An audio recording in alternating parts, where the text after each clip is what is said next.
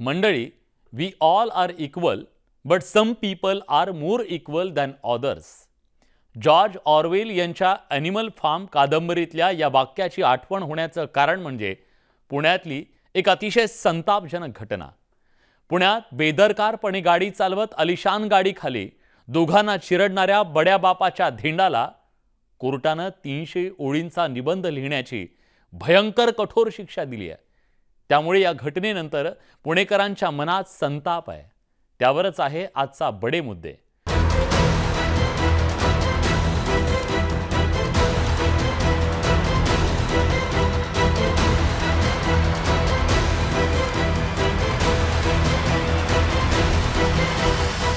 मंडळी नमस्कार, मी विलास बडे. तुम्ही पाहताय बडे मुद्दे. घटना पुण्यातली आहे. एका नशेबाज अल्पवयीन पोरानं आलिशान अशा पोर्शे कारनं दोघा IT इंजिनियर्सना उडवलं, त्यांचा जीव घेतला. त्या अल्पवयीन आरोपीला अटक झाली, पण काही तासात तो जामिनावर सुटला. त्याला मिळालेला जामीन जेवढा संतापजनक होता, त्यापेक्षा न्यायालयानं त्याला घातलेल्या अटी आश्चर्यकारक आहेत. दोघांचा जीव घेणारा आरोपी अल्पवयीन असल्यानं कोर्टानं त्याला जामीन दिल्याचं सांगितलं जात आहे. पण दोघांचा जीव घेणाऱ्याला शिक्षा काय दिली आहे माहिती आहे तुम्हाला? अपघातावर 300 शब्दांचा निबंध लिहिण्याची शिक्षा, ट्रॅफिक पोलिसांना मदत करण्याची शिक्षा, मानसोपचार तज्ञाकडे जाण्याची शिक्षा दिली आहे. हे कमी म्हणून की काय, त्या आरोपीला सोडवण्यासाठी राजकीय लागेबांधे वापरल्याचा आरोप होतोय. सगळं ड्रायव्हरनं केलं असं कुभांड रचण्याचा आणि सही सलामत त्या पोराला बाहेर सोडण्यासाठी प्रयत्न झाल्याचा आरोप प्रत्यक्षदर्शी करताय.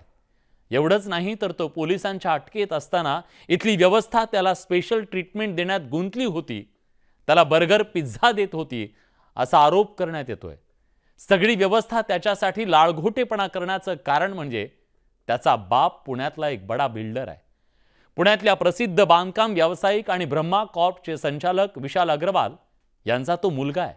या घटनेतील अनेक तपशील आता समोर येत आहेत.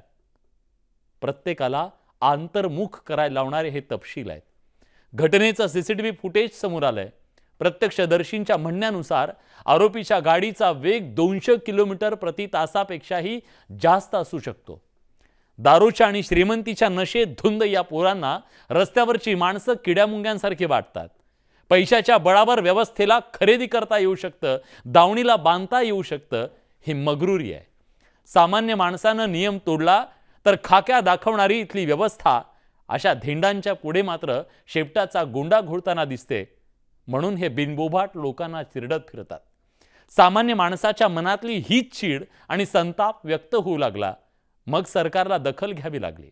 गृहमंत्री देवेंद्र फडणवीस स्वतः ॲक्शन मोडमध्ये आले. या प्रकरणाची गंभीर दखल घेत त्यांनी कठोर कारवाईचे आदेश दिलेत. त्यानंतर पोलिसांनी आरोपीच्या वडिलांवर आणि त्याला दारू देणाऱ्या त्या पब मालकावर गुन्हा दाखल केलाय. कायद्याची अंमलबजावणी करणाऱ्यांनी कायद्याचा इंगा दाखवला तर कसल्याही निबर कातडीच्या संवेदना जाग्या होऊ शकतात. पैशांची मगरुरी गळून पडू शकते, ते भानावर येऊ शकतात. पण त्यासाठी गरज आहे व्यवस्थेच्या संवेदनशीलतेची, ती संवेदना जागी होण्याची. नुसतं कायद्याच्या पुस्तकात ऑल आर इक्वल म्हणून चालत नाही.